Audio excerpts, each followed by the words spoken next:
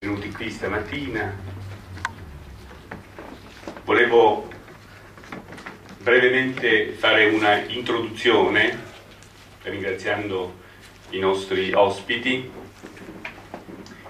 il sindaco Fasino, grazie sindaco, i nostri relatori e chi ha contribuito a questo incontro. Questo incontro per noi rappresenta non un momento fine a se stesso, ma è l'inizio di un percorso che vorremmo si consolidasse nel tempo, cioè quello che il motore produttivo di questo Paese, cioè le piccole e medie imprese che rappresentano poi il tessuto reale della produzione del Paese e della Regione in questo caso, dialogassero per trovare soluzioni, perché saprete tutti, il governo è più, interessato a guardare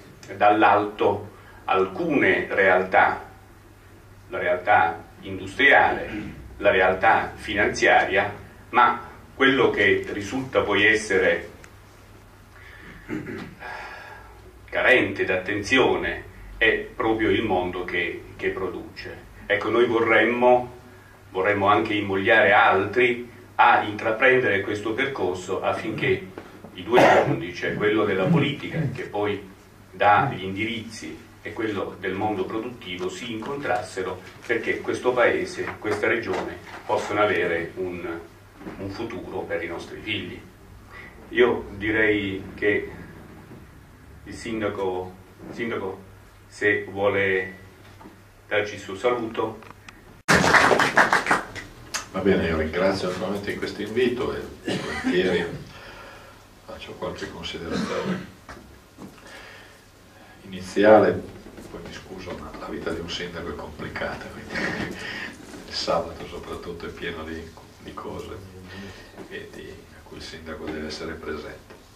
Vado per punti. Il tema naturalmente è un tema cruciale dato dal fatto non solo che viviamo una fase di crisi economica e sociale che mette a dura prova la tenuta delle imprese, naturalmente espone di più a tutti i rischi e le conseguenze della crisi imprese di piccole e medie dimensioni, ma il tema è cruciale per l'Italia per un fattore strutturale. Il 98% delle imprese del nostro paese ha meno di 30 dipendenti e dunque l'architrave, l'architettura, lo scheletro del sistema produttivo, economico e terziario, non solo produttivo, il sistema economico del nostro paese è dato da questa enorme costellazione di piccole e medie imprese che rappresentano uno degli elementi di originalità e di specificità del sistema produttivo ed economico italiano.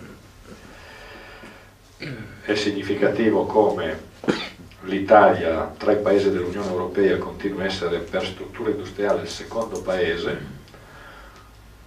pur avendo altri paesi, penso alla Francia, una architettura industriale che è caratterizzata da un numero di medie e grandi imprese molto più alto.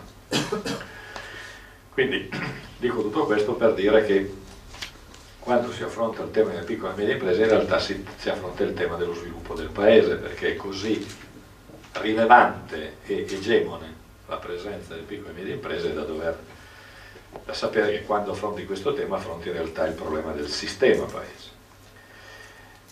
Un'impresa di piccole e medie dimensioni ovviamente offre dei vantaggi ed è maggiormente esposta a dei rischi. I vantaggi maggiori sono ovviamente una maggiore capacità di adattamento al mercato. Una piccola impresa ha un margine di flessibilità nei suoi comportamenti, nelle sue scelte, nel suo rapporto col mercato, che è più impresa diretta, più flessibile, più capace di adattarsi. La capacità di adattamento è più rapida, più immediata e quindi più efficace. Però è evidente che la piccola e media dimensione espone dei rischi significativi.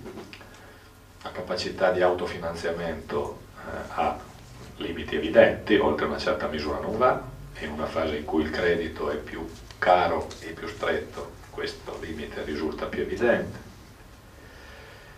la capacità di produzione in termini di volumi, anche questa è data dalle dimensioni produttive, e in un'economia in cui sempre di più le economie di scala sono una condizione fondamentale di competitività, la dimensione dei volumi non è un dato irrilevante.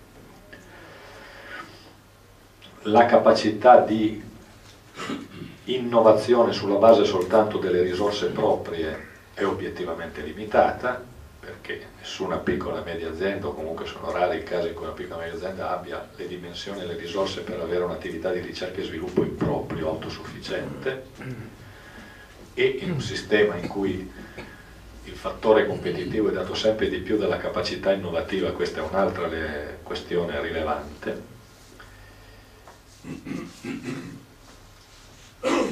La stessa proiezione sui mercati internazionali, nel momento in cui questa proiezione ha bisogno di essere globale, mette a dura prova una piccola e media impresa, perché se devo esportare in Germania e in Francia è una cosa, se devo andare in Cina e in India è molto più complesso.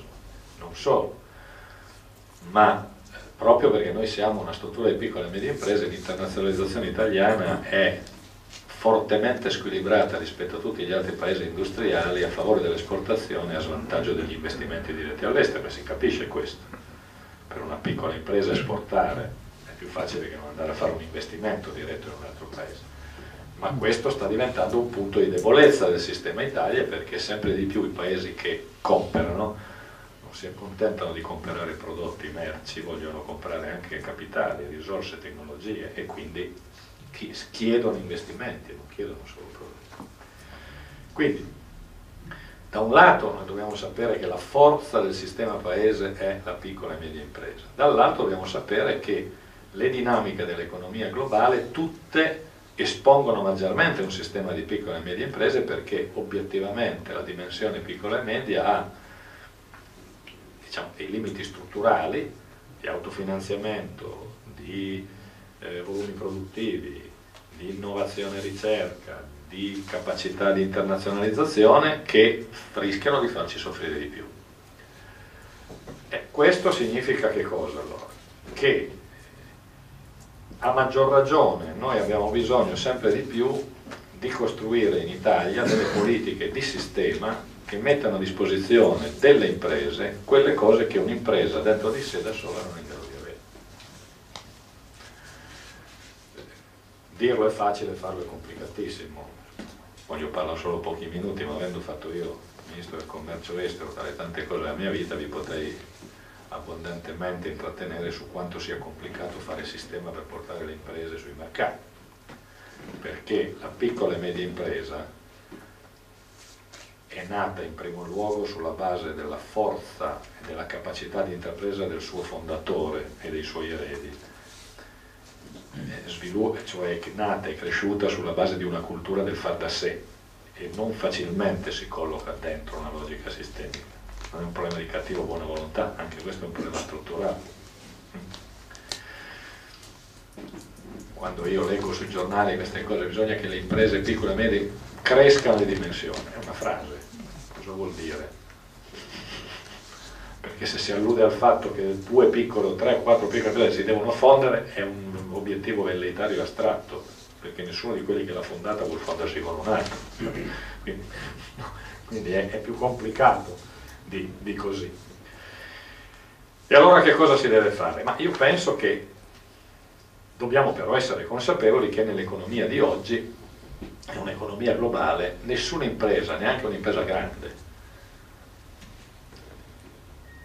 produce il massimo di efficacia della sua capacità, del suo rapporto col mercato da sola, e che mettere in campo politiche sistemiche diventa l'elemento fondamentale, cioè creare le condizioni di sistema per cui un'impresa possa collocare le sue scelte prodotto, le sue scelte di mercato, la sua attività dentro un sistema che gli metta a disposizione quegli strumenti e quelle risorse che dentro di sé non ha. Cosa vuol dire questo? Vuol dire che se è vero che, sempre più vero che la competitività si gioca sul terreno della qualità e dell'innovazione, noi abbiamo bisogno sempre di più di sviluppare un sistema di incubatori tecnologici che mettano a disposizione delle imprese luoghi di ricerca e di innovazione che consentono e aiutino le imprese a fare questo. Mi pare che un buon esempio è il Politecnico di Torino. Se uno entra al Politecnico ci trova non solo aule, professori e studenti, ma ci trova in questo momento 100 incubatori tecnologici di imprese, quasi tutte piccole e medie, che si avvalgono di tutto ciò che il Politecnico gli può mettere a disposizione per fare ricerca, innovazione, adattamento di prodotto e via di questo passo. Quindi costruire le condizioni perché un'attività costante e continua di ricerca e innovazione che un'impresa piccola e media da sola non è in grado di fare per limiti di finanziamento in primo luogo e di strutture, possa però svilupparsi perché quell'impresa ritrova dei luoghi come appunto incubatori tecnologici e di ricerca che gli consentano di sviluppare lì quella capacità di innovazione dei propri prodotti che ne consente di mantenere competitività. C'è l'enorme tema della formazione. Oggi viviamo in un mondo nel quale il mutamento, diciamo, le sollecitazioni del mercato richiedono anche una forte continua innovazione sul fronte delle risorse umane, non solo sul fronte del prodotto e dei processi produttivi. Ma una piccola e media impresa non ha gli strumenti, le risorse, le dimensioni per fare un'attività permanente di formazione in proprio. Questo è un secondo punto. O c'è un sistema che mette a disposizione delle imprese con tutti gli strumenti, diciamo, necessari, una politica di formazione permanente della forza lavoro che consente alle imprese di avvalersene, o se no questo rischia di essere appunto un punto di debolezza. Il tema delle infrastrutture, ovviamente questo vale per le piccole come vale per le grandi, nel senso che vale per tutto il sistema delle imprese. Senza infrastrutturare il paese in modo moderno è evidente che le nostre imprese soffrono di diseconomie esterne, soltanto che una grande impresa le diseconomie esterne le ammortizza meglio di una piccola impresa. Quindi tutto il tema della modernizzazione infrastrutturale è questione nodale e oggi questa è particolarmente acuta e critica in Italia perché da molti anni gli investimenti infrastrutturali sono molto più bassi di quelli che sarebbero necessari per stare dentro la dimensione competitiva. C'è il tema dell'internazionalizzazione. Andare sui mercati è sempre più necessario andarci corredato di una serie di strumenti che un'impresa da sola non ha. Ci devi andare accompagnato da un sistema bancario e finanziario che ti porti, ci devi andare con strumenti di assicurazione, ci devi andare con strumenti di accompagnamento laddove fai gli investimenti e via di questo. Devi avere degli strumenti di scouting che aiutino l'impresa a capire su che mercato andare e cosa portare lì. Tutto questo un'impresa media piccola non ce l'ha dentro di sé e avere strutture come sono l'Istituto del Commercio Estero per dirne una per lo scouting, Siemens per fare gli investimenti all'estero, SACE per fare l'assicurazione e via di questo passo sono condizioni fondamentali per garantire che una impresa media e piccola possa cogliere le opportunità che la globalizzazione gli offre anche su mercati lontani che da sola non sarebbe in grado di cogliere. E infine ho finito due questioni che sono più attinenti proprio alla struttura del paese. Da un lato il tema della pubblica amministrazione. Le piccole e medie imprese ovviamente soffrono di più di una pubblica amministrazione che spesso appare come un gravame burocratico, ostile, lontano, che non aiuta, non semplifica la vita delle imprese, anzi la rende più complicata. E l'altro tema nodale strategico è la fiscalità, ovviamente, che incide per una piccola e media impresa in misura naturalmente più rilevante rispetto a un'impresa di maggiori dimensioni. Ecco, io penso che questa sia la questione. In altri termini finisco.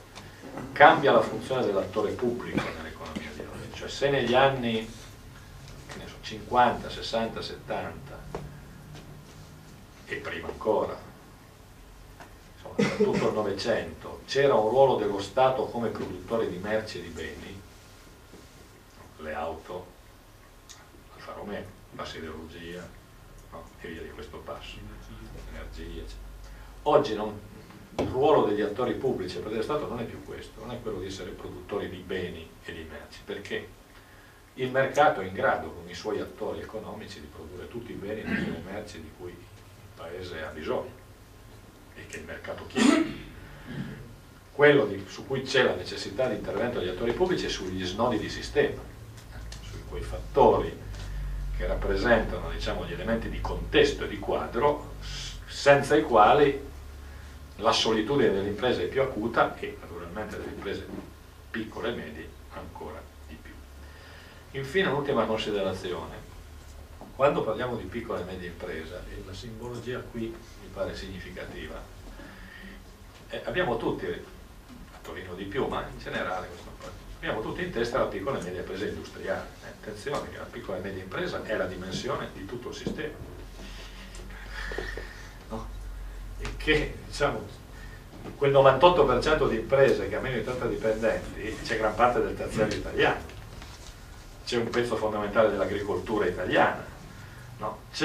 Quindi quando parliamo di PMI bisogna che abbiamo sempre presente che non possiamo avere una strategia soltanto capace di aderire alle esigenze dell'industria, che pure naturalmente sono cospicue date le dimensioni dell'azienda industriale, ma che in realtà c'è il problema di costruire una politica. Lo dico perché Torino è un buon esempio di questo. Torino è stata una città che per un secolo è stata una città industriale, manifatturiera, produttiva, una città fabbrica, una città che dall'industria traeva la sua identità. Viviamo tutti in questa città e sappiamo come negli ultimi 20 anni Torino abbia conosciuto una trasformazione della sua identità gigantesca, per cui continuiamo a essere una città industriale, ma siamo diventati certamente una città finanziaria più importante in relazione alle fusioni bancarie.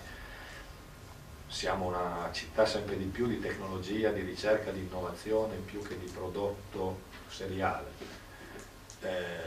Siamo una grande città universitaria, più di quanto forse la città percepisca. Non so quanti torinesi percepiscono che abbiamo 15.000 studenti stranieri che tutti i giorni studiano in questa città, all'università, su 100.000, 15%. Siamo una grande capitale di cultura, cosa che finalmente non solo si vede ma è riconosciuta, mi pare ormai, no? Sulla base ormai proprio di un investimento che la città ha fatto. Stiamo diventando una località turistica in funzione dell'investimento culturale. Ora, questa pluralità di vocazioni ha il suo nervo in un sistema di piccole imprese in ciascuno di questi settori. Quindi abbiamo bisogno di avere un'idea che sia capace di corrispondere alle domande e esigenze del sistema nella sua articolazione, non soltanto di un suo pur importante segmento. Sono considerazioni generali che ho offerto alla vostra discussione, mi fermo. Grazie. Buongiorno a tutti.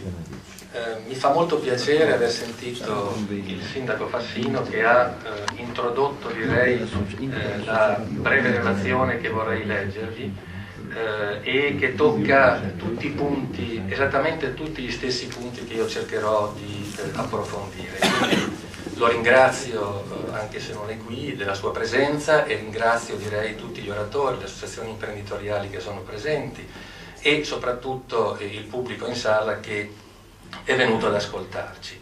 Io, così ci capiamo subito, oggi sono consulente aziendale di strategia e organizzazione dopo 30 anni dedicati alla gestione aziendale anche di imprese multinazionali.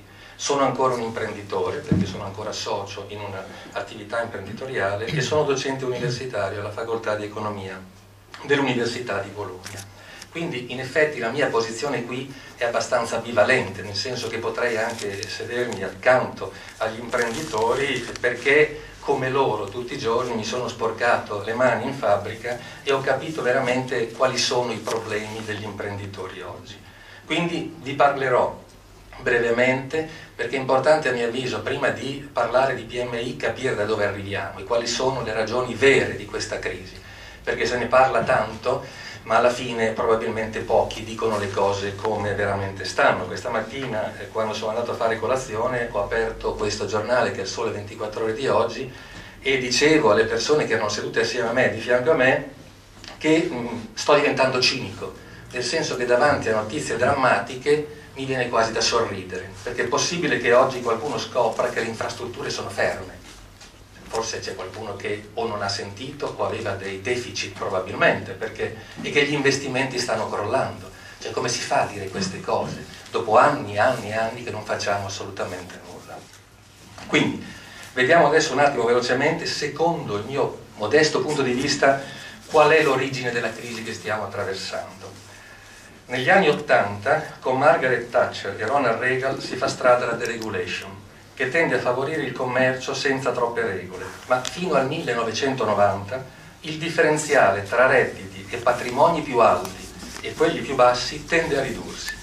È solo dopo il 1990 che la differenza inizia ad aumentare e aumenta fino agli anni nostri, in cui arriviamo al paradosso evidenziato da un recente studio della Banca d'Italia che i primi 10 italiani per valore di patrimonio posseggono l'equivalente di 3 milioni di normali cittadini. 3 milioni. È in quegli anni che iniziano ad aumentare le diseguaglianze e, quando queste superano una certa soglia, diceva Aristotele, è anche a rischio la democrazia. Risulta chiaro a tutti che alla base c'è anche una valutazione morale, ma una semplice valutazione macroeconomica ci dice che quando le diseguaglianze superano un certo livello non ci può essere crescita, mentre una miglior distribuzione del reddito e del patrimonio garantirebbe da subito un aumento significativo del PIL. Sempre su questo giornale questa mattina Obama dice che dobbiamo andare a prendere, anzi devono andare a prendere i soldi dove ci sono, e quindi non lo dico io, lo dice Obama, dai più ricchi, perché i più poveri non ce la fanno più. È proprio dagli anni 90 che si inizia a parlare della difficoltà di un numero sempre maggiore di famiglie che non riescono ad arrivare alla fine del mese, e quando entriamo nell'euro il problema esplode con prezzi che aumentano molto spesso in maniera ingiustificata. La legge che tutti abbiamo dimenticato e che governa da sempre l'economia, la legge della domanda e dell'offerta, non risulta più essere presa in considerazione.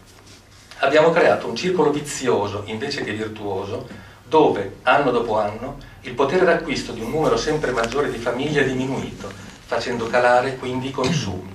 E quando calano i consumi, nel medio termine, anche le imprese riducono la produzione di beni e servizi, riducendo il PIL nazionale e creando disoccupazione, calo dei profitti e quindi del gettito fiscale e del gettito IVA.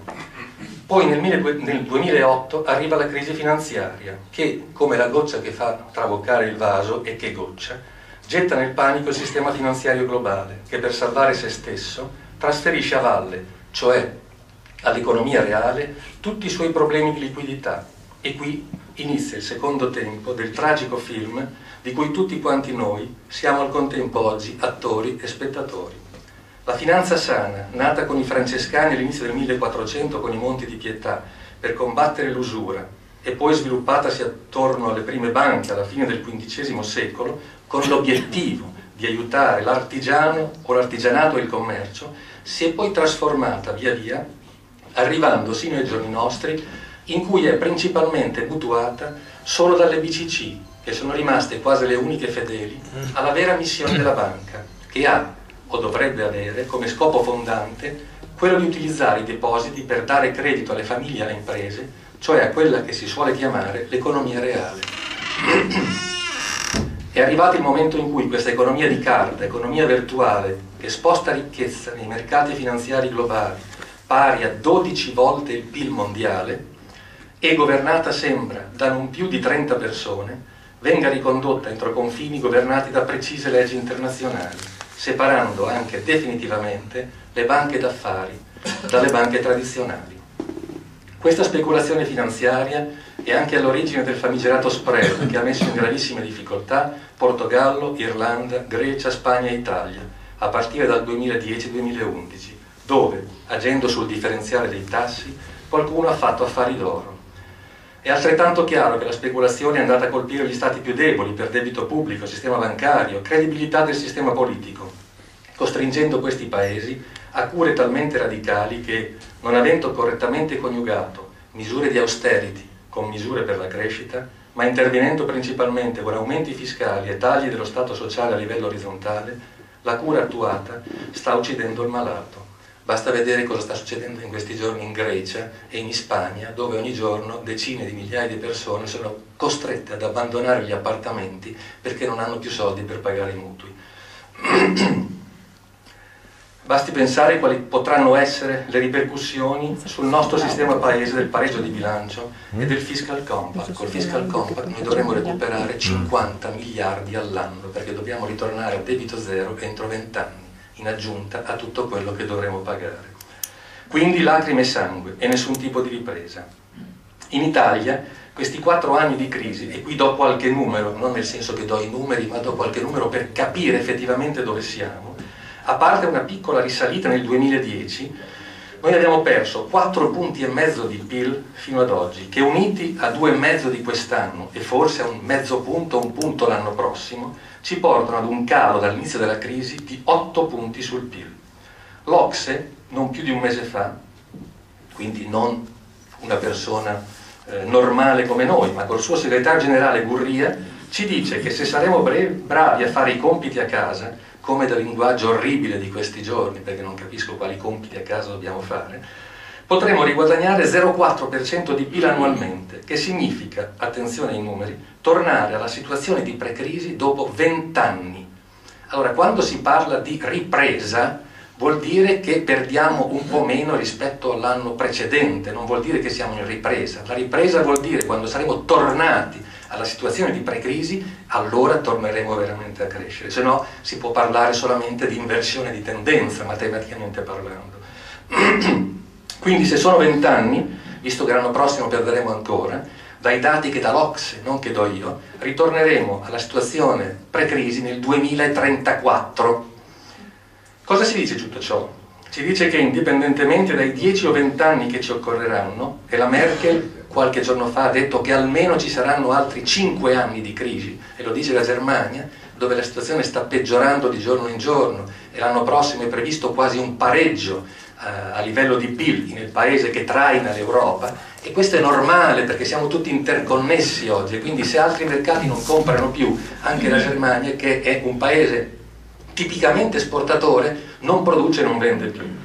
Quindi nessuno sa quando ritorneremo al prima, perché questa è una crisi diversa da tutte le altre, anche da quella del 29, perché probabilmente è una crisi che mette in discussione il sistema economico, finanziario, politico e sociale in cui abbiamo vissuto negli ultimi 25 anni e che, unita alla scarsità delle risorse primarie, che inciderà sempre di più sul futuro dell'economia reale e sul nostro livello di vita, ci fa concludere che è finito un lungo periodo di crescita e di benessere che durava dalla fine della Seconda Guerra Mondiale. Con questo non voglio chiudere la mia analisi sulle origini e sull'evoluzione della crisi dicendovi che secondo me non ci potrà essere una via di uscita, ma voglio farvi capire che non sarà più come prima, anche se azioni da mettere in campo per ottenere miglioramenti, sia per le persone fisiche che per le imprese, ce ne sono e tante. L'unica speranza è in una vera Europa solidale, politica, fiscale, di bilancio e bancaria, non solo monetaria, cioè i veri e propri Stati Uniti d'Europa. Ma siamo sicuri che paesi così diversi l'uno dall'altro ne saranno capaci? Entro adesso, e lo faccio in 5 minuti, nella situazione delle PMI, che hanno da questa crisi avuto delle ripercussioni veramente catastrofiche. Noi, e dico noi perché mi sento ancora imprenditore, se vogliamo valutare correttamente lo stato attuale delle PMI nel nostro Paese, dobbiamo distinguere in maniera molto netta le nostre responsabilità, che io chiamo fattori endogeni, da quelle di chi all'esterno dell'impresa, e sono i fattori esogeni, avrebbe potuto influenzare favorevolmente lo sviluppo delle PMI. E qui chiaramente parlo di tutte le istituzioni governative, le amministrazioni locali, la pubblica amministrazione, le associazioni e organizzazioni preposte a dare supporto, non escluso il mondo accademico. Iniziamo l'analisi dalla relazione Doing Business 2013, che è appena uscita ed è pubblicata dalla Banca Mondiale, dove vengono confrontate in 185 paesi le regole che devono rispettare le PMI per fare business e quindi la burocrazia buona e cattiva. L'Italia si piazza al 73esimo posto, quindi con molta burocrazia cattiva, mentre tutti i paesi occidentali, o i maggiori paesi occidentali, rientrano nelle prime 35 posizioni, e solo la Grecia, tra i PIGS, ne esce peggio, essendo al 78esimo posto, quindi comunque molto vicina alla situazione italiana. Questa graduatoria che analizza il sistema paese ci dice subito quanto sia complicato fare business nel nostro paese. Le imprese italiane hanno, come si evince dalla graduatoria, molta più difficoltà a sviluppare la loro attività rispetto ad altri paesi concorrenti, e questo è principalmente dovuto alla complessa normativa amministrativa, giuridica, fiscale che regola la vita aziendale di tutti i giorni e che molto spesso non aggiunge valore ma appesantisce solo i costi e allunga i tempi di gestione. Ma torniamo ai problemi che ho chiamato endogeni, che sono di piena responsabilità di tutti noi imprenditori, e qui tocco gli stessi problemi che ha toccato il sindaco Fassino.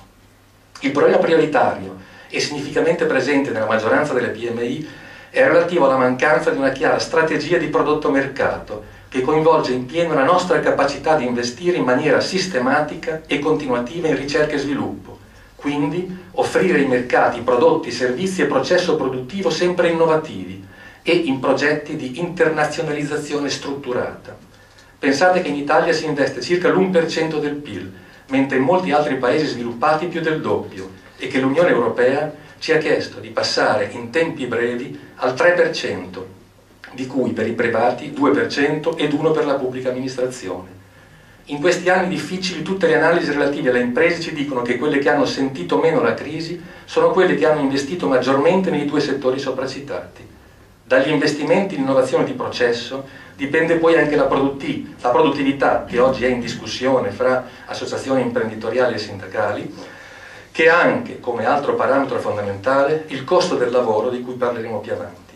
Avere prodotti innovativi ed essere abituali esportatori in percentuale significativa riduce i rischi che derivano dalla concorrenza internazionale e dalla natura di un business solo o principalmente domestico, che sta anche evidenziando in questi anni performance di mercato molto inferiori a quelle di altri paesi europei ed extraeuropei.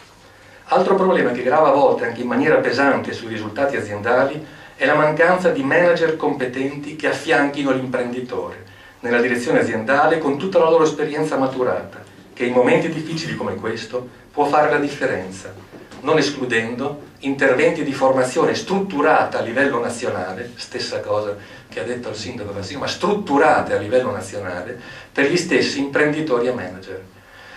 Sul punto gestione di impresa va poi anche valutata la grande problematica del ricambio generazionale, che non necessariamente deve significare il passaggio del testimone a qualcuno di famiglia. L'imprenditore illuminato deve saper scegliere la persona giusta nel momento giusto, e questa può anche arrivare dall'esterno.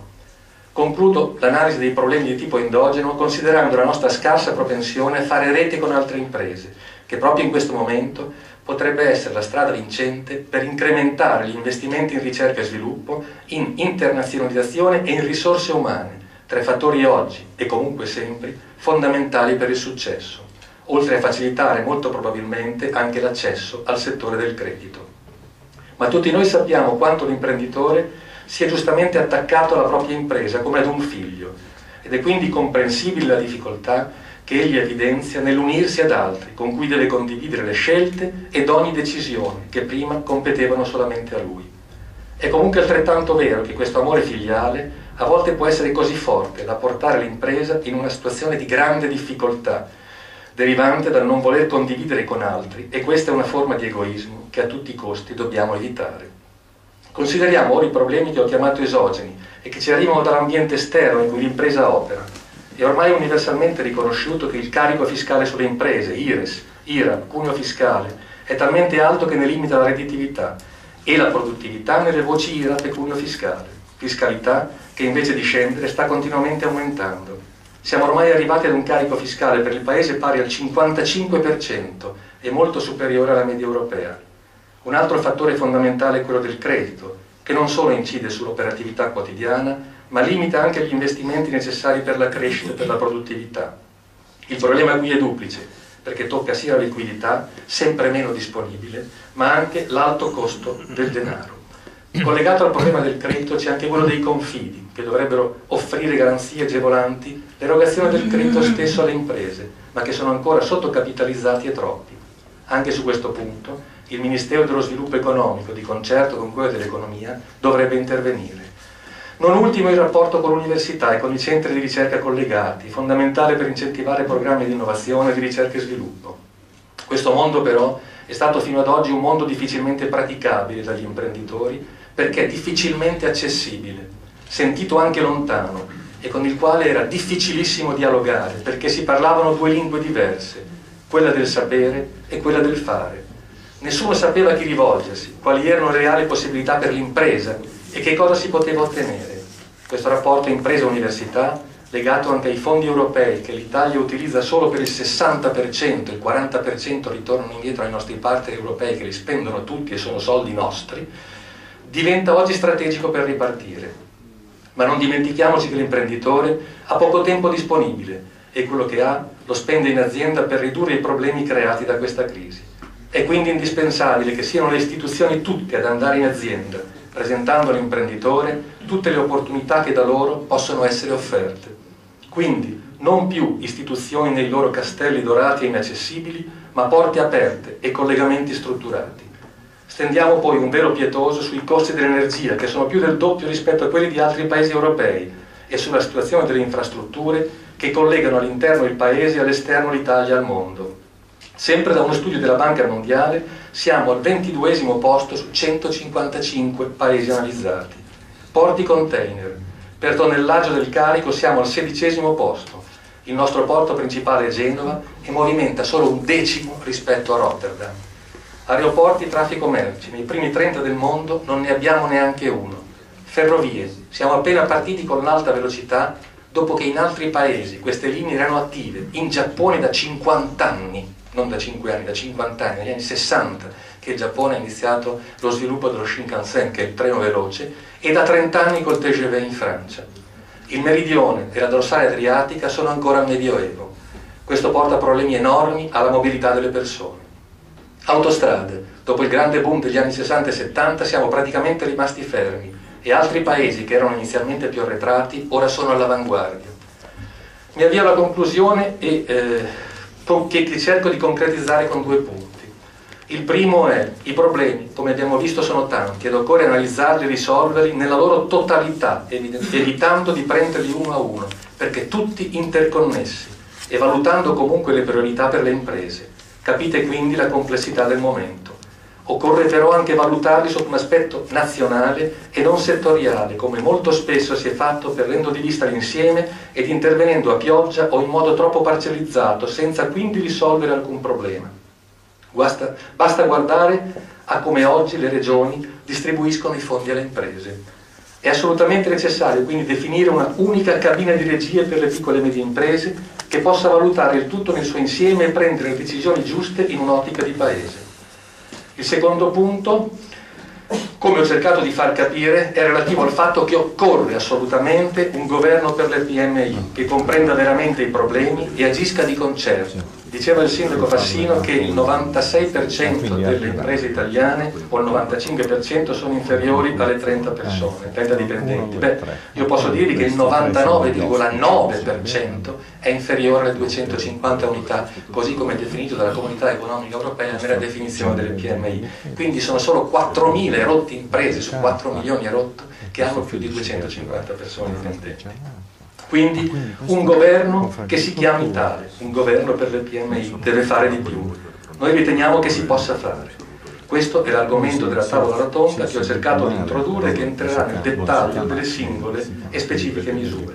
Speriamo veramente di portare oggi qualche buona idea. Siamo venuti qui con questo preciso obiettivo. Buon lavoro a tutti.